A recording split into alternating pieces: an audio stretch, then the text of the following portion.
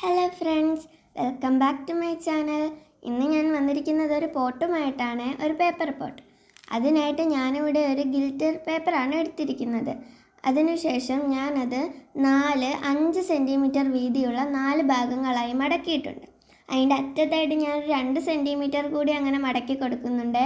അതിനുശേഷം അറ്റത്തായിട്ട് നമുക്ക് കുറച്ച് ഭാഗം ഒന്ന് വിട്ട് മടക്കി കൊടുക്കുക, എന്നിട്ട് ഇതേപോലെ കട്ട് ചെയ്ത് കൊടുക്കുക. അപ്പോൾ അതിന് പ്രത്യേകിച്ച് അളവ് ഞാൻ എടുത്തിട്ടില്ല, നിങ്ങൾക്ക് ഇഷ്ടമുള്ള പോലെ അതിന് അളവെടുക്കാം. അതിനുശേഷം നമ്മൾ മടക്കി വെച്ച 4 ഭാഗത്തിലും ഒരു എക്സ് അല്ലെങ്കിൽ ഇൻറ്റു പോലെ ഒന്ന് വരച്ച് കൊടുക്കുക. എന്നിട്ട് കട്ടിയുള്ള എന്തെങ്കിലും വെച്ചിട്ട് ഒന്ന് സ്കോർ ചെയ്ത് കൊടുക്കുക. ഞാനിവിടെ ജസ്റ്റ് എൻ്റെ കത്രിക വെച്ച് അതിൻ്റെ മണ്ടയ്ക്കൂടി ഒന്ന് ഓടിച്ചു കൊടുക്കുകയാണ് ചെയ്തത്. കണ്ടോ, ഇതേപോലെ ചെയ്താലും അത് കറക്റ്റായിട്ട് കിട്ടും.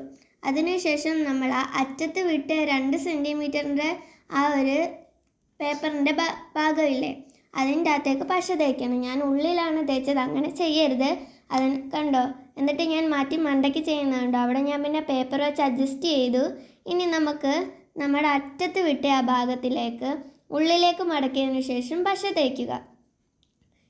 കണ്ടോ, ഇതേപോലെ അതിൻ്റെ മണ്ടയ്ക്കായിട്ട് എല്ലാത്തിലും പശ തേച്ചതിന് ശേഷം ഒട്ടിച്ചു കൊടുക്കുക. കണ്ടോ, ഇതേപോലെ ഒന്നിൻ്റെ മുകളിൽ ഒന്നായിട്ട് വേണം ഒട്ടിച്ചു കൊടുക്കാൻ.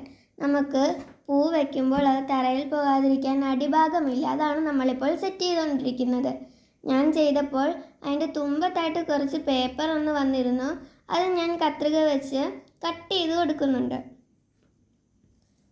കണ്ടോ, ഇതേപോലെ ഒട്ടിച്ചതിന് ശേഷം നമ്മൾ എടുക്കുക. കണ്ടോ, ആ ഭാഗത്ത് ഞാൻ ഇപ്പോൾ കട്ട് ചെയ്ത് കൊടുക്കുന്നുണ്ട്. അതിനുശേഷം ഇത് ഒരു സ്ക്വയർ പോട്ടാണല്ലോ, അപ്പോൾ ഇതിൻ്റെ 4 കോൺസിലുമുള്ള സംഭവങ്ങൾ നമ്മളൊന്ന് പുഷ് ചെയ്ത് കൊടുക്കുക. കണ്ടോ, ഇങ്ങനെ പുഷ് ചെയ്യുമ്പോൾ നമുക്കൊരു മോഡേൺ ആർട്ട് പോലെയുള്ളൊരു ഡിസൈൻ കിട്ടും. അതേപോലെ തന്നെ ഇവിടെ ഞാൻ എടുത്തിരിക്കുന്ന ഗിൽറ്റർ ഷീറ്റില്ലേ, ഇതിനു മുന്നേ ഞാൻ കളർ ഷീറ്റിലും A4 സൈസ് പേപ്പറിലുമൊക്കെ ചെയ്തപ്പോൾ പെർഫെക്റ്റ് ആയിട്ട് കിട്ടി.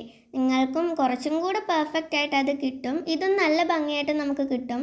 കുറച്ചും കൂടെ പെർഫെക്റ്റ് A4 സൈസ് പേപ്പറോ അല്ലെങ്കിൽ അതിൻ്റെ തന്നെ കളർ ഷീറ്റോ യൂസ് ചെയ്യുന്നതായിരിക്കും.